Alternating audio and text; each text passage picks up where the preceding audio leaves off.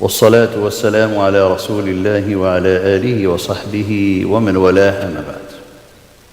Continuing with the Bab al-Zuhdi wal-Wara.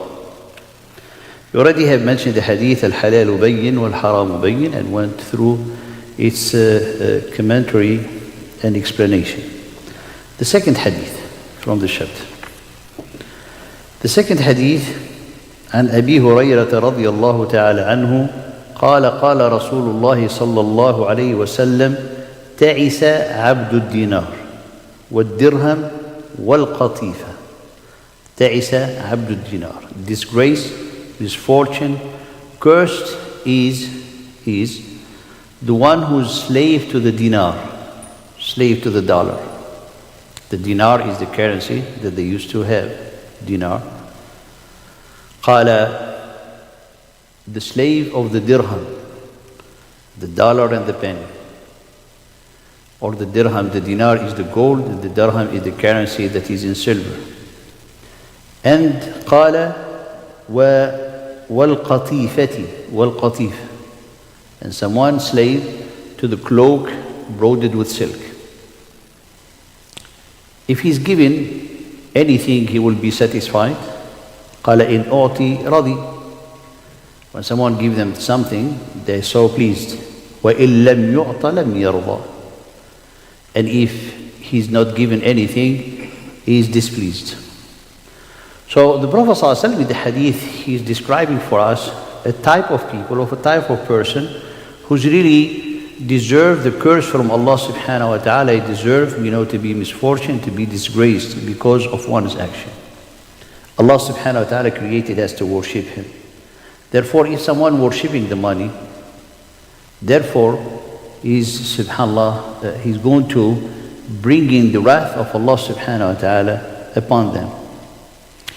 فhe's saying the Sharh هنا قال المراد بعبد الدينار والدرهم والقطيفة. What the meaning of it? What the meaning to be a slave to the money or to the clothes, to a certain shirt that someone has. قال من استعبدته الدنيا بطلبها, that the dunya make them to work for it, because they seek it and they love the dunya.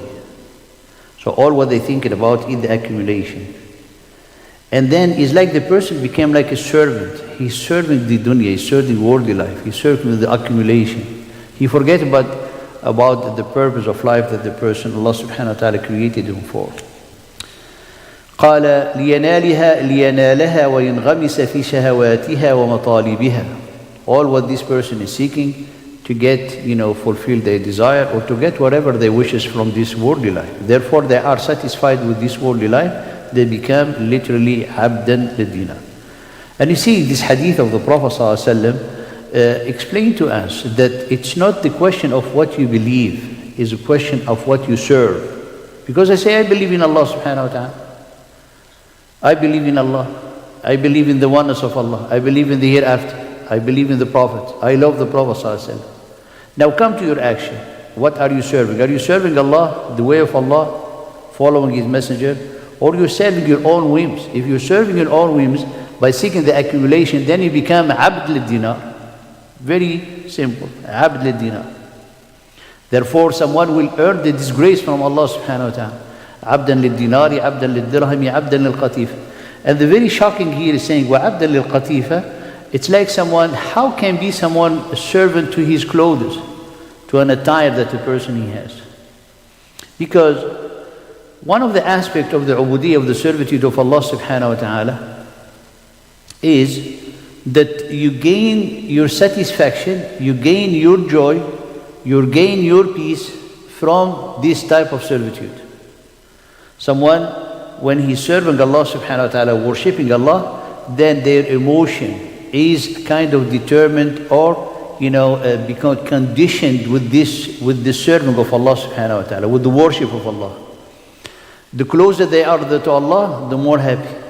The farther they are from Allah, they feel sad. A true believer, when they miss the prayer, they truly feel sad. They feel like depressed in a good way. The Prophet ﷺ قال من فاتته صلاة العصر كمن أوتر من ماله وولده. The one who missed Salat al-Asr is like he has missed or lost his wealth and his children. Can you imagine someone goes home after Asr, after work, and he does not find his family abducted or something? Or someone stole everything in the house? How are they going to be reacting? What the feeling that they're going to have? That's the feeling of a believer when they miss Salat al-Asr. This is the Prophet ﷺ telling us. So inducing such emotion and feeling in one's life, that's what it means, like to really put this worship to be practical part of your life. Not like in a theory, just words, I worship Allah subhanahu wa ta'ala. Where is your heart? Is your heart is attached to something else, then you are servant of this something else.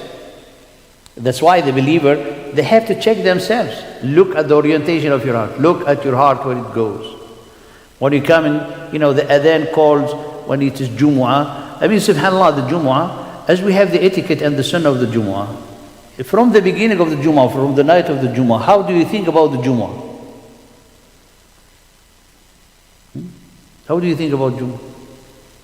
When you're going to take, you have a heavy schedule, but when you're going to get your shower of the Jumu'ah, when you're going to get to the masjid, how are you going to try to be the earliest over there? How are you going to do your dhikr? When you're going to pray, to read, if you have your plan to read the Surah Al-Kahf. All of that, subhanAllah, need to become like a worrying you. Something that I have said someone, I see you thinking a lot. He said, yes, I'm thinking, just, putting the schedule of the Jumu'ah. And just to give you an example, to see how the believers, you are with Allah subhanahu wa ta'ala.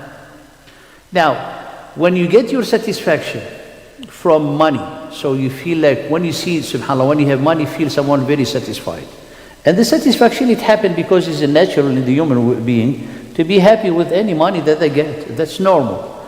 But it becomes the money is the purpose, and the money is the key of all dreams of a person, thinking of the true reality, or the ultimate reality that someone is working or created for. That's the problem. That's when he becomes disgraced. So whatever thing that give you joy, which a person is not getting from his and her worship from Allah subhanahu wa ta'ala. Someone, they pray, it's like nothing. When they do play, it's great. When they do fulfill their desire, it's great. There is people, for example, when they wear something, it's like, when we talk about the society we live in today and the time we live in, for example, they have something, brand new and, designer made with a big, big sign. So when they wear it, they feel so proud. They feel so great. They feel like, subhanAllah, walking on the moon. And everybody watching them, you're seeing them. And the first one who's gonna be telling them you look nice, it's like make them like, I don't know, it's like becomes like, flying to the sky. That's a person, he's a servant of that church. That's a person is servant of that church. Another aspect of servitude to things, when people they believe, said, oh, that shirt, I got it, and when I was wearing it, and this is like what it comes into those ill omens that people, subhanAllah, they think that they have things, that they have a power. He said, when I wear it the first time, I heard great news.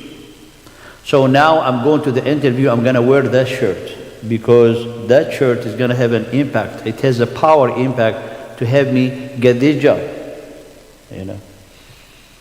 And they do. Or they, hide things in their, among their clothes that they show like, they bring like luck. All of that, subhanAllah, is type of servitude to other than Allah subhanahu wa ta'ala. Despite the fact the person he's praying. But all the prayer that they do might not be regarded, wal-iyadu billah, because of what this person has in his heart. What this person, their satisfaction, their joy, their reliance is based on something other than Allah subhanahu wa ta'ala. These people, subhanAllah, they have a characteristic. People, they are not humble. They are not people who's like, satisfied or pleased with whatever Allah subhanahu wa ta'ala gave them. So the Prophet ﷺ gave us another aspect. that they had. قال وإن يعطى, قال if he's given anything he will be satisfied, and if he's not given anything he's displeased. So if he has a relation with people, their relation is not based on the brotherhood or the sisterhood or like mutual respect or mutual helping each other in gaining righteousness and so on. No, this relation becomes of what I'm going to get out of you. These people. So the Prophet ﷺ gives us another aspect of those who are serving the dollars and the penny and the fashion and the on the new things and the toys, which these people are never pleased because they want to accumulate, they want everything to to themselves. If they come to be a friend of yours, these people, they don't really regard the friendship. These people, when you do not give them what they want, or they get from you what they want, they're going to betray you, they're going to backbite you, they're going to hurt you, and so on. So these people, if they're given, they're satisfied. And if they're not given, as the Prophet ﷺ قال وَإِن لَمْ يُعْطَى فَهَذَا لَمْ يَرْضَى, meaning he will be displeased. He will be displeased. These people, Allah subhanahu wa ta'ala mentioned them in the Quran. قال وَمِنَ النَّاسِ مَن يَعْبُدُ اللَّهَ عَلَى حَرْفٍ, from among people who worship Allah on the edge or on a thin line, on a thread. This person, قال فَإِنْ أَصَابَهُ خَيْرٌ, if a good happened to him or befallen him some good, اطمأن به, he feels satisfied, he feels good about it. وَإِنْ أَصَابَتْهُ فِتْنَةٌ, but he is struck by a disaster or by difficulty, انقلب على وجهه, he turns against the way of Allah, complaining and so on, like the case of the person who Allah subhanahu wa ta'ala, or the category of people that Allah mentioned in the end of Surah Al-Fajr, فَأَمَّا إِذَا مَبْتَلَاهُ رَبُّهُ فَأَكْرَمَهُ نَعَمَهُ فَيَقُولُ رَبِّ أَكْرَمَنِ. When Allah subhanahu wa ta'ala gave him abundance of goodness and things, he said, oh, Allah subhanahu wa ta'ala honored me. But that's actually an ibtila. The ni'mah is ibtila. Now the next time, Allah subhanahu wa ta'ala is going to afflict on him a test, a trial, that is going to be like, reduced into a calm, a tightness, he's going to feel like, tight, suffocated, and in difficulty. يَقُولُ رَبِّ أَهَانِ, Allah is, my God is humiliated me. So Allah subhanahu wa ta'ala says, no, it's not that. It's about you. It's about you who do not, help in feeding the poor. So you are not any intention to do the good. It's all about you. It's like, subhanAllah, becomes the person the center of the world. And many of the people are the center of the world. They think they are. They want everybody to serve them, including the one that they worship, Allah subhanahu wa ta'ala. In the next hadith, the Prophet sallallahu alayhi wa sallam, عن ابن عمر رضي الله تعالى عنهما قال أخذ رسول الله صلى الله عليه وسلم بمنكبي. The Prophet صلى الله عليه وسلم, in the hadith of Ibn Umar, the Prophet صلى الله عليه وسلم held, or he took hold of my shoulder, he said, Ibn Umar, and he said, قال كن في الدنيا كأنك غريب أو عابر سبيل.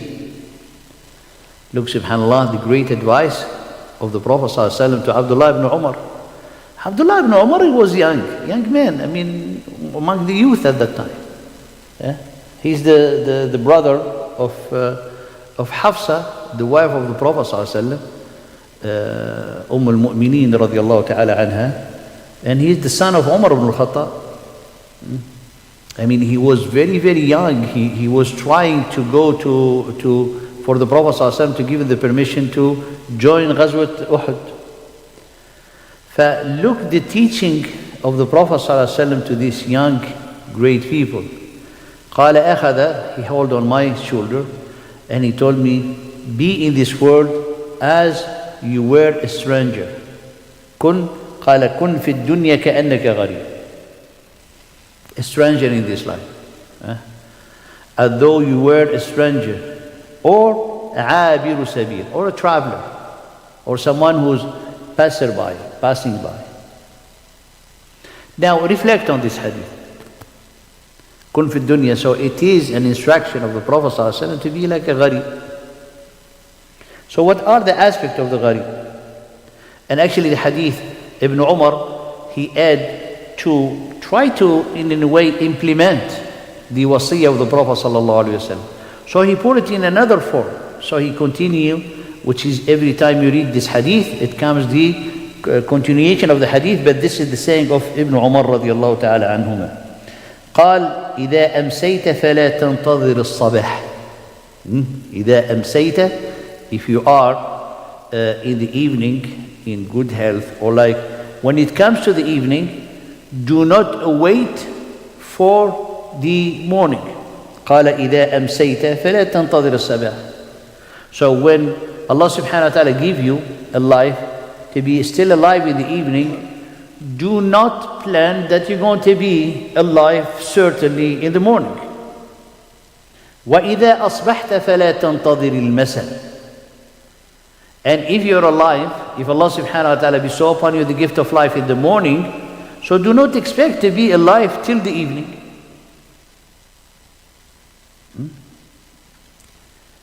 وَخُذْ مِنْ صَحَّتِكَ لِسَقَمِكَ وَمِنْ حَيَاتِكَ لِمَوْتِكَ. And invest from your wealth state, from which you're going to be finding lacking when you're going to be ill. خُذْ مِنْ صَحَّتِكَ. We'll explain the part of it. قال, and from your life for your death. And take from your health for your sickness, which is do as much as you're able to from worship while you are in a good situation, while you are in good health. This is gonna cover the shortcoming and the lacking of the ibadah that you will not be able to do when you become sick. And do as much as you're able to do in this life, which is going to cover many of the things in your record after you die. So the first aspect we have to be gharib. Kun fi dunya gharib. Who is the gharib in the Arabic language? Al-gharib la maskana lahu ya'wi. Al-gharib, the stranger, or the one who does not have a dwelling to go to, he's a gharib. Wala sakan ya'nasu bih, and does not have a dwelling where he's going to find something, inasun, cheerfulness, you're going to find his peace and so on. وَلَا بَلَدٌ يَسْتَوْطِنُ بِهِ, and no country where he's going to be, part of their citizen or their subject. كما قيل في المسيح ابن مريم, as it has been said in المسيح ابن مريم, سعد المسيح يسيح. سعد المسيح, المسيح, he's in utter joy as he's traveling all over. So the gharib is a relative, of course, because someone will not be gharib among his family, but when he is traveling, he's a gharib. And there's the ghurba, and this is a fact as a ghurba in the way of how we view as a gharib, someone a stranger, someone a stranger but will not continue to be a stranger all the rest of his life. So a stranger, like someone comes new into the community, nobody knows them, but slowly they get involved, integrate to the community, and they become part of the community. So the gharib is in a certain time, for example, traveling, or abiru sabir, that someone he's a stranger, not part of that community, it does not have home in it, it does not have anybody who knows, so he's gharib. Now, when it comes in the hadith of the Prophet ﷺ, al-ghurbatu huna ghurbatu deen. The ghurba, the stranger here, is a stranger in the perspective of the deen. In the perspective of the deen. As the Prophet ﷺ, he said, talking about the people, the Muslim in the end of time, he said they're going to be غرباء. بدأ الإسلام غريبا وسيعود غريبا كما بدأ. Islam started to be stranger. Nobody knows about Islam. Nobody wants to hear about Islam. Everybody is rejecting Islam. And the Islam is going to go back to the same state, that the way he started. Therefore, the Muslim at that time when Islam will be denied, ignored, not to be, want to be, known or seen or adhered to. The Muslims are going to be غرباء, stranger. قال طوبى للغرباء. Tuba, which is a dua for them, dua of grace from Allah subhanahu wa ta'ala. Fortunate are the ghuraba, great will be the ghuraba, protected will be the ghuraba from Allah subhanahu wa ta'ala. And Tuba, also it has been said, Tuba as a reward from Allah subhanahu wa ta'ala to these people who will have a Tuba is a tree in paradise that one can walk under its shade for 100 years or 500 years. For Tuba something great. So to be a stranger, is a status that every believer would like to adhere to. Why? Because it has the protection of Allah, it has the reward of Allah subhanahu wa ta'ala. But stranger, what it means, what does it mean? Because someone can be stranger within his own family, in the perspective of the deen. You'll find, for example, he pray or she pray, they want to be closer to Allah, and all the member of their family is like they look at them weird. Why are you doing so much? This person, he's gharib inside his family.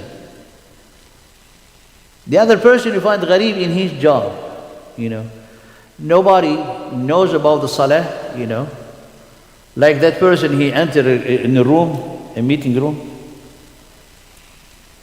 Nobody knows that he's Muslim, and even they know they're Muslim, they don't know what is Islam. So this person, he found, time of prayer is like, a meeting room, empty. He started to pray. So there's the secretary or lady, she opened the door and found the brother, he's in sujood. She screamed and she called 911 and said, the guy, he's dying. No, he's praying, he's not dying. He was gharib. He said gharib, stranger. That was strange. The person, all his body is like up and his face on the floor. That's so, weird. That's gharib. But however, the gharib in morality, gharib in the practical of the deen, gharib in the way of your thinking, all of that, subhanAllah, because you adhere to aqidah of Allah subhanahu wa ta'ala, will define the ultimate truth, and people, they live a situation far from the truth, deluded, and subhanAllah, drowning into darkness and believing that is the truth. So this is the gharib. However, abiru sabil is like traveler. So this is the status of the gharib, and then the status of abiru sabil, which is going to give us the idea how you're going to live your life. Abiru sabil, a traveler. As the Prophet ﷺ قال مالي وللدنيا قال إنما مثلي ومثل الدنيا كعابر سبيل. My parable, me and this worldly life, is like traveler. قال traveling, the meaning of the hadith, he came into under a tree, shade of tree, he get rested for a while and he left it. That small rest under the tree, that is the whole life. Now, the status of Abiru Sabil, what the person will be carrying with them. A traveler. Did you see someone traveling? He has his luggage in whole fridge. Abiru Sabil. Can he? Or like someone, he's carrying like a TV and a computer and everything. They get like computer, laptop. Abiru Sabil. So the maximum we're going to have like 2 pieces, and every time they reduce the weight, and they carry on, that's it. So put it in your life. Uthman radiallahu ta'ala anhu entered on Abdullah ibn Mas'ud, I believe.